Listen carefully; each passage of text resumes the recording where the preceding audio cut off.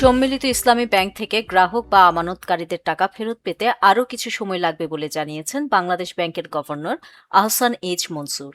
এজন্য প্রয়োজনীয় কারিগরি কাজ চলছে বলে জানান তিনি। গতকাল বুধবার দুপুরে অর্থ উপদেষ্টা সালেহ উদ্দিন আহমেদের সঙ্গে সচিবালয়ে অনুষ্ঠিত বৈঠক শেষে সাংবাদিকদের একথা বলেন গভর্নর। এর আগে সকালে বাংলাদেশ ব্যাংকের সম্মিলিত ইসলামী ব্যাংকের পরিচালনা পর্ষদের প্রথম বৈঠক অনুষ্ঠিত হয়। সম্মিলিত ইসলামী ব্যাংকের চেয়ারম্যান মোহাম্মদ আইয়ুব মিয়ার সভাপতিত্বে অনুষ্ঠিত এই বৈঠকে পর্ষদের অন্যান্য সদস্য উপস্থিত ছিলেন। এছাড়া বাংলাদেশ ব্যাংক ও অর্থ মন্ত্রণালয়ের সংশ্লিষ্ট ঊর্ধ্বতন কর্মকর্তারাও বৈঠকে অংশ নেন।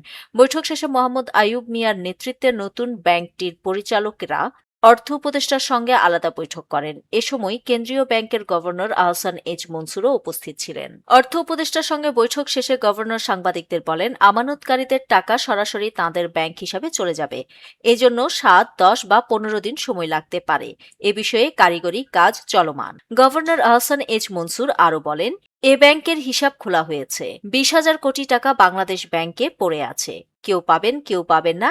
আমরা এমন ঝামেলা চাই না। আমরা চাই ঝামেলা ছাড়াই যার যার হিসাবে টাকা চলে যাক। এদিকে বাংলাদেশ ব্যাংক বুধবার এক বিজ্ঞপ্তিতে জানিয়েছে, বৈঠকে সম্মিলিত ইসলামী ব্যাংকের সার্বিক কার্যক্রম, অগ্রগতি ও ভবিষ্যৎ পরিকল্পনা নিয়ে আলোচনা হয়েছে। এছাড়া ব্যাংকের বর্তমান আর্থিক অবস্থা, পরিচালন কাঠামো, ঝুঁকি ব্যবস্থাপনা ও গ্রাহক সেবা উন্নয়নের বিষয়গুলো আলোচনায় গুরুত্ব পেয়েছে।